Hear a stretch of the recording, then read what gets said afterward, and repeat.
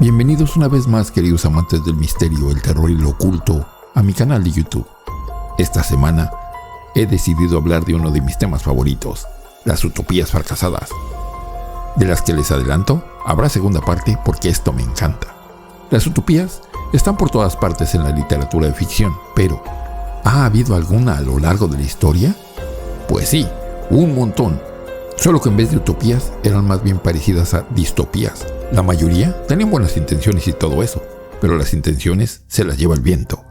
Hoy vamos a investigar 3 utopías en concreto, cada una con diferentes ideales y motivaciones. Así que hagan sus maletas porque tenemos un largo viaje por delante. Ideada por el ministro religioso George Brooke y su esposa Sofía en 1841 en Massachusetts, Estados Unidos, fue fundada en base a ideas trascendentalistas. El trascendentalismo se basa en la creencia de que los seres humanos son buenos por naturaleza. Así que tomando eso de base, empezamos mal. La idea de la granja era formar una comunidad cuyos miembros pudiesen tener una vida que compaginase trabajo y placer. Cada miembro podía escoger cualquier trabajo que quisiese. A todos se les pagaba lo mismo. Un plan sin fisuras. Teniendo en cuenta que competían contra jornadas laborales de 20 horas, en las que las mujeres y niños cobraban solo una fracción del salario. Para colmo de males, cobraban los mismos, ya sea que tú trabajaras todo el día o que te la pasaras pensando en la inmortalidad del cangrejo. Así que, como se pueden imaginar, la granja vivió en permanente inestabilidad económica. Pero lo que se la llevó al desastre no fue eso. En 1844, a George Brooke le dio por hacer experimentos sociales con su pequeña comuna granjera. Brooke había sido seguidor de las teorías de Charles Fourier desde los años 30 y su sistema de falange. Lo consideraba la segunda llegada de Cristo, literalmente.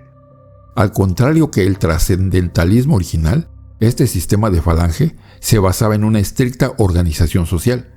Entre otras cosas, esta organización implicaba que los más jóvenes, en base al sentido del honor, tenían que hacer los trabajos más duros y desagradecidos, desde limpiar mierda hasta reparar establos.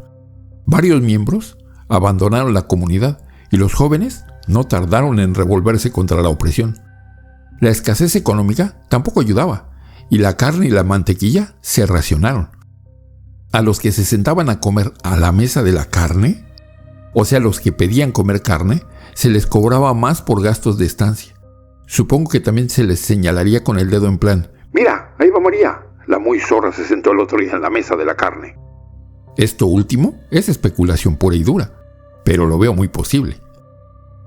La comunidad se fue al traste definitivamente cuando fue azotada por un brote de viruela y su creador, George Brooke, tardó 13 añazos en pagar las deudas que generó la institución. Como dato curioso, el escritor de terror Nathaniel Hawthorne participó como inversor, aunque más por ver si sacaba algo de plata para casarse con su prometida que por interés real.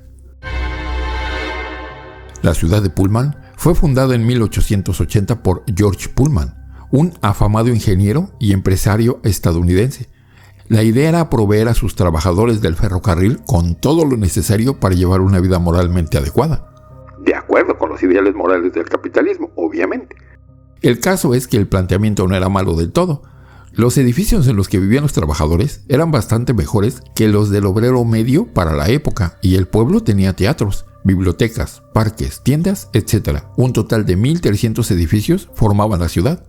Pero como nada es gratis, y menos aún en mi amado siglo XIX, el mejor siglo de la historia, ya como lo hemos podido comprobar en varias ocasiones, el pueblo en sí no era más que una extensión más del negocio, y se esperaba que la actividad económica que se desarrollaba en él devolviese un 7% de beneficios al año. Los trabajadores eran pagados con 2 cheques. Uno de ellos volvía automáticamente a Pullman y cubría el alquiler. El otro era para los gastos habituales, que evidentemente se llevaban a cabo en el pueblo. Dentro de este también había un sistema de castas casi feudal, con George Pullman en la parte más alta de la pirámide, luego los trabajadores cualificados con nobleza, y los no cualificados eran la sucia plebe.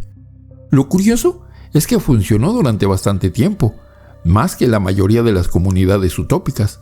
La salud de sus habitantes era una de las mejores a nivel mundial, y el nivel de vida muy decente a pesar de las restricciones. Los problemas vinieron en 1894 por una caída en la demanda de los productos manufactureros que fabricaban los empleados de la compañía. Pullman bajó salarios y recortó costes, pero no bajó alquileres ni precios. Esto llevó a una huelga, a la antigua, de las violentas, y el gobierno del país tuvo que mandar a los militares a reprimirlas.